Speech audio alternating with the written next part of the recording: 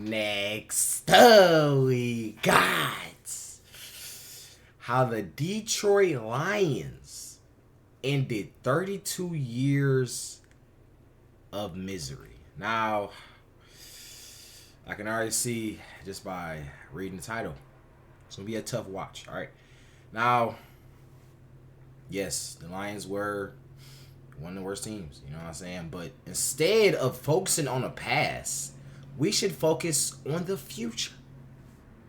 What is the Lions' future? I actually had a lot of fans from different type of teams saying the Lions are scary. They admitted it. The Lions are a scary team. So, you know what I'm saying? Let's check it out. You know what I'm saying? Hit the like button and subscribe button.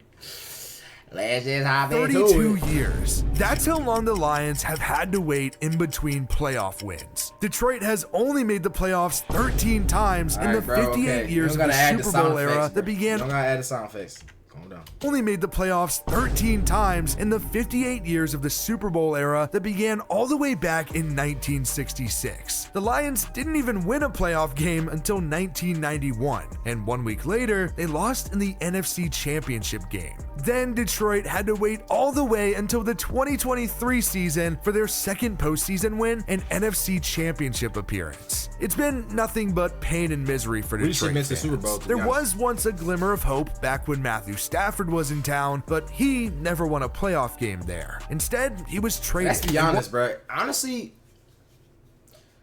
now I really think about it, Matthew Stafford is like one of them exes who you think good when you with her, but as soon as y'all break up, you realize how much she really affected your life. Like, how much she really made you way worse than you could have been. Stopped your potential.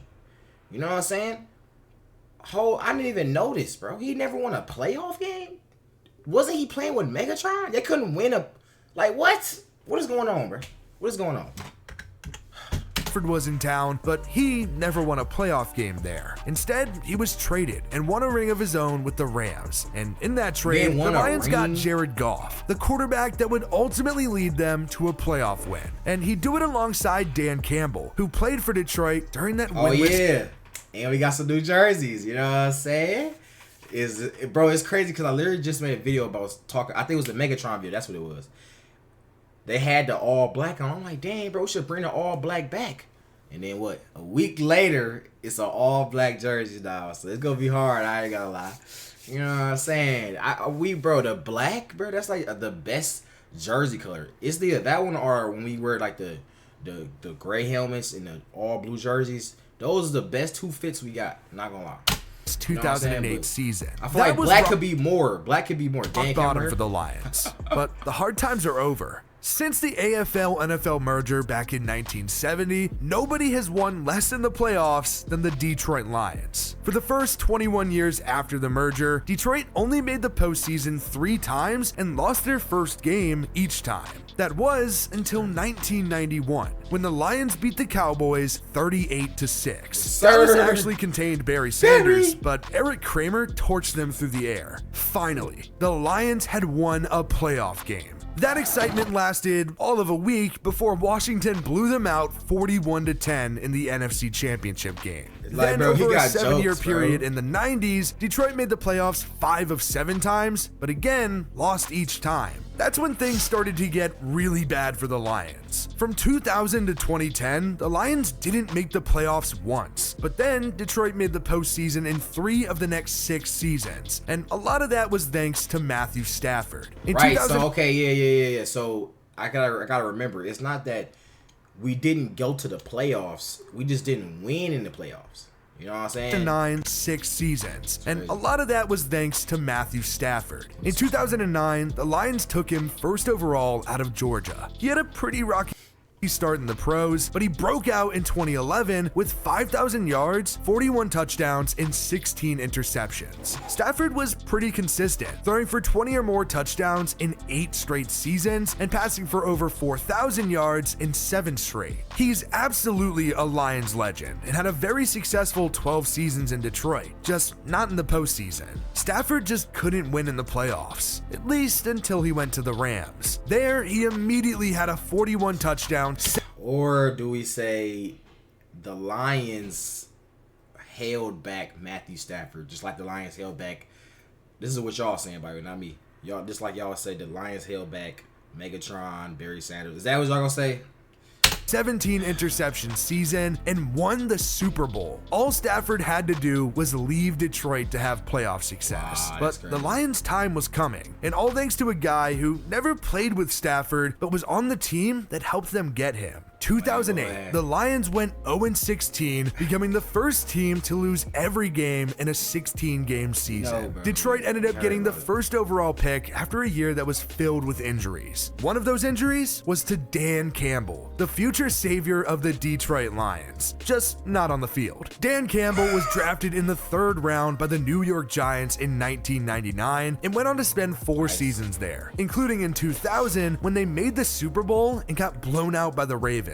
In 2003, Campbell was one of the first few guys to sign with the Cowboys after Bill Parcells was named head coach, but Jason Witten was obviously the top tight end there. Unfortunately, injuries were just a really big part of Campbell's NFL career. He only played in 3 games in 2004 because of torn ligaments in his foot. Then in 2006, Dan Campbell was a free agent and signed with the Detroit Lions. In his first season in Detroit, he had 308 yards and 4 touchdowns. Both were career highs. He also had 21 receptions, 1 away from tying a career high. Now, he didn't put up the flashiest numbers, but Campbell was known as a blocking tight end. Unfortunately, he only played 3 more career games after that. He suffered an elbow injury in 2007 and landed on injured reserve again the following year because of a hamstring injury. Campbell signed with the Saints in 2009, reuniting him with Sean Payton, who was his offensive coordinator with the Giants and Cowboys. Campbell suffered an MCL injury in training camp, and because of that, he didn't even get a ring when the Saints won the Super Bowl. Dan Campbell spent 11 total seasons in the league, playing 114 career games with 91 catches for 934 yards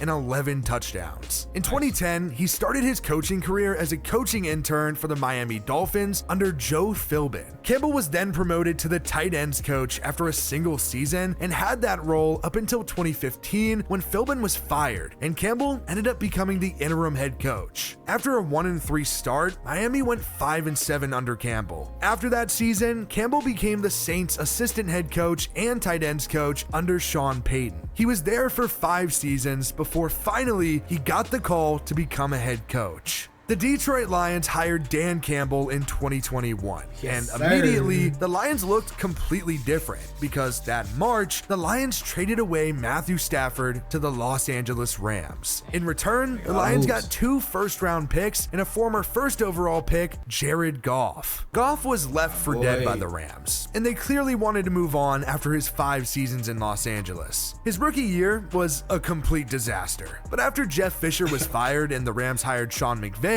suddenly, Goff was a different player. He had 3,800 yards, 28 touchdowns, and 7 interceptions in 2017. It was a promising sophomore season, and clearly, it was only the beginning. 2018 was magical. Goff had the best statistical season of his career, with 4,688 yards and 32 touchdowns. I ain't gonna lie, bro. I remember these times, bro. Todd Gurley, Jared Goff, Cooper Kupp. This Rams offense, the Rams team.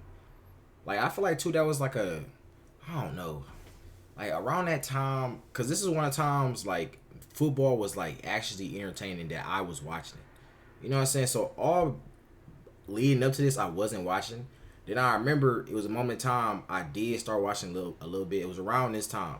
It was probably for, like, 1 or 2 years. Then after this, I stopped watching. You know what I'm saying? Now I'm watching again now. And I ain't gonna lie, it was exciting, bro. It was exciting. I remember this. It was exciting. Of his career, with 4,688 yards and 32 touchdowns, both career highs and 12 interceptions. That Rams offense really ran through Todd Gurley. Todd Gurley, where the hell? That's what I'm saying. Todd Gurley disappeared. Where is he at? Where is Todd? unbelievable. He rushed for 1,250 yards and 17 touchdowns and had 580 yards and 4 touchdowns receiving. Not only that, but both Robert Woods and Brandon Cooks had over 1,200 yards, and Cooper Kupp had 566 in 8 games before he tore his ACL. So I think it's safe to say that the positional players around Goff were really good, and so was the coaching. And that's a big reason why the Rams made the Super Bowl. Well, that and maybe the worst missed pass interference call in NFL history that happened in the NFC Championship. Nickel Roby-Coleman absolutely laid out Tommy Lee Lewis before the ball got there, and there was no flag. If he had caught it or the penalty was called, the Saints could have run out the clock before a game-winning field goal. But instead, the Rams won it in overtime with a 57-yard field goal after a Drew Brees interception. Now, the Saints had their chance to win the game, but they just couldn't score. And that's something that the Rams couldn't do in the Super Bowl against the Patriots. It was a defensive battle, and New England ended up winning 13-3. And in that game, Jared Goff threw a late pick to Stephon Gilmore while the Rams were moving down the field, trailing by a touchdown. The Rams had their chance at a ring and couldn't make the most of it. And the next season, they didn't even make the playoffs. Goff had just 22 touchdowns in 16 games and had a career-high 16 interceptions. I'd argue that it's his worst year as a pro other than his rookie year. He wasn't really that great in 2020 either, with 20 touchdowns and 13 interceptions. The Rams were right there on the cusp of a Super Bowl win, and it felt like not only were they regressing, but so was Jared Goff. They did end up making the playoffs in 2020 and even beat the Seahawks in the wild card round, but lost to the Packers in the divisional. There was no doubt that the Rams were still a talented group that may just be one piece away, and it sure does feel like they thought that one piece was quarterback. That's why they traded Goff in 2 firsts for Stafford, and it worked. In year 1 with his new team, Matthew Stafford won the Super Bowl when the Rams beat the Bengals. Now, I'm willing to bet that most Lions fans were rooting for Stafford, and while it wasn't Detroit that won, it was still pretty cool to see him win in the postseason. But meanwhile, it felt like the Lions were nowhere close. The beginning of the Dan Campbell and Jared Goff era in Detroit was pretty ugly. 2021 was a long season for them. Heading into their Week 9 bye, the Lions were 0-8 and coming off of a 44-6 loss to the... Shit! Wow!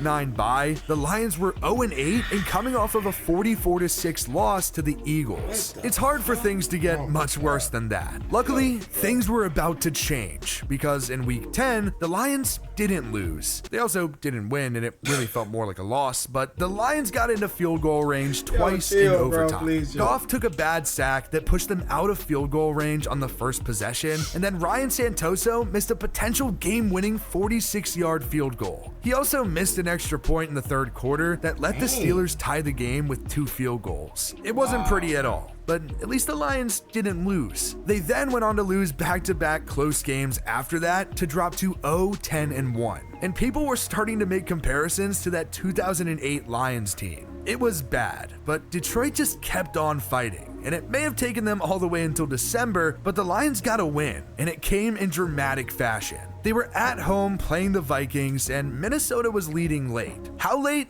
Well, before the final play of the game. Detroit had the ball on the Minnesota 11 with 4 seconds remaining on 4th and 2, down 27-23. It doesn't get much closer than that, but Goff came through. He hit Amon-Ra St. Brown for a touchdown right in front of 2 defenders, and straight chills. The best part of that game winner had to be Goff sprinting over to the sideline and giving Dan Campbell a hug. That was his first win as a head coach, Goff's first win as a Lion, and Amon-Ra's first as a pro. St. Brown actually had a pretty impressive rookie season with 900 yards and 5 touchdowns after being a 4th-round pick. He was a great find for Detroit. In that same draft, they also took Penei Sewell 7th overall. Both Sewell and Amon-Ra were first-team. Hey, I love his personality, bro. I love his personality. Pros this past season. St. Brown now has back-to-back 1,000-yard seasons and is coming off of 1,500 yards and 10 touchdowns in 2023. He's been the clear top target for Goff. who has been much better in Detroit since his first year when he had just 19 touchdowns and 8 interceptions. 2021 was tough, but after a brutal start to the season, the Lions actually finished the year 3-3. It perfectly dropped the Lions to the 2nd overall pick, where they ended up taking Michigan boy Aidan. Okay.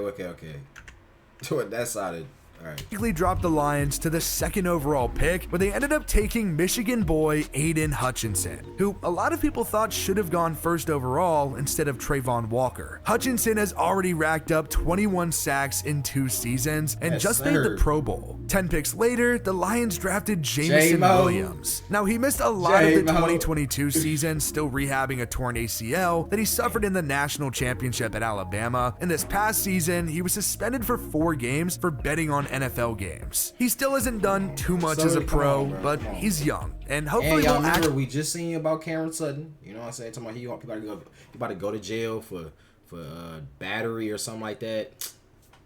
Come on, bro. Come on, man. Actually get to see him. Still hasn't done too much as he was. We want Sutton gone. You know what I'm saying? We care about Jameis Wilson, but Sutton, hell no.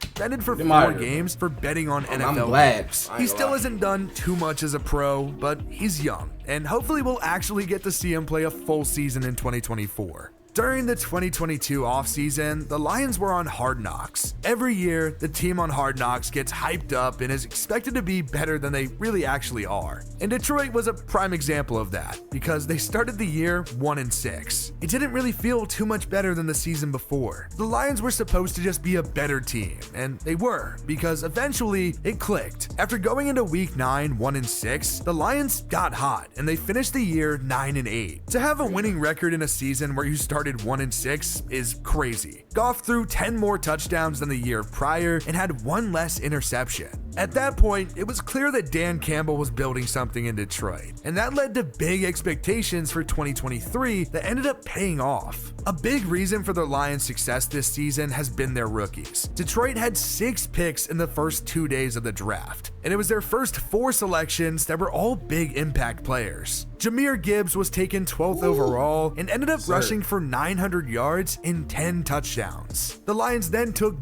Campbell at 18, fresh off a Butkus Award out of Iowa. Detroit ended up going Iowa again, 34th overall in the 2nd round, taking tight end Sam Laporta. He was just named a 2nd team All-Pro after having 889 yards and 10 touchdowns. He's really filled the shoes and even more of TJ Hawkinson, who the Lions traded away to the Vikings during the 2022 season. Then at 45, the Lions took Brian Branch, a top safety in the class out of Alabama. The Lions also went on. We got some new up and coming goats too. You know what I'm saying? We just drafted some. You know what I'm saying? I think it was a corner. I forgot his name though, but you gotta be on the lookout for him.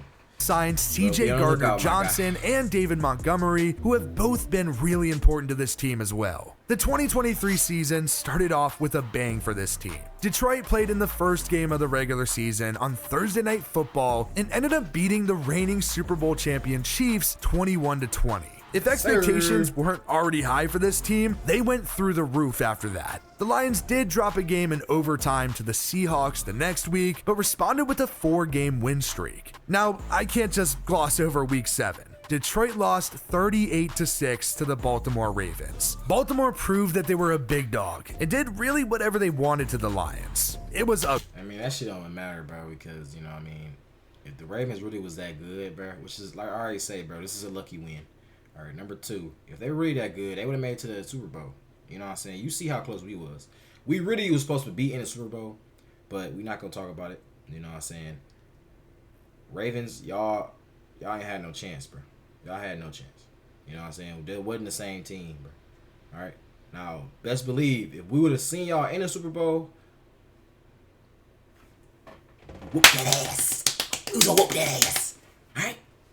Ugly, but it didn't rattle the Lions' season. They finished the year 12-5, and it would have really been 13-4 if the refs correctly identified Taylor Decker as an eligible receiver on a 2-point conversion against the Cowboys. But it is what it is. The Lions won the NFC North for the first time since it's even been called that. Funny enough, the Buccaneers had literally won their division more recently than they had. Of course, that set up the Lions with a home playoff game. Detroit had lost 9 straight postseason games going back to 1991. For reference of how long ago that was, the then Redskins won the Super Bowl after beating the Buffalo Bills in what was their second straight Super Bowl loss before losing 2 more in a row. Buffalo running back Thurman Thomas was NFL MVP, and no, I was not even close to being born yet. Lions fans wanted a playoff win, some for the first time in their lifetime. But ironically, it was going to have to come against Matthew Stafford. People are literally grown, because what they say, 31 years? People literally grew up, bro. That's a whole grown-ass man. 31? That's a grown-ass man, bro. Grown-ass man. The NFL scriptwriters were cooking with this one. It was the only one-possession game during Wild Card Weekend, and it ended 24-23. The Lions got the ball up 1 with 4:07 remaining and ran out the clock, ending 32 years of misery. Versus Matthew Stafford, who was supposed to be the Lions' savior, Jared Goff and Dan Campbell finally delivered Detroit a playoff win. And the next week, Detroit won again, sending the Lions back to the NFC Championship for the first time since 1991. Whether it's now or in the near future, one thing is clear. The Lions are contenders, and they aren't going to stop biting kneecaps off anytime soon. Yes, sir, biting them kneecaps.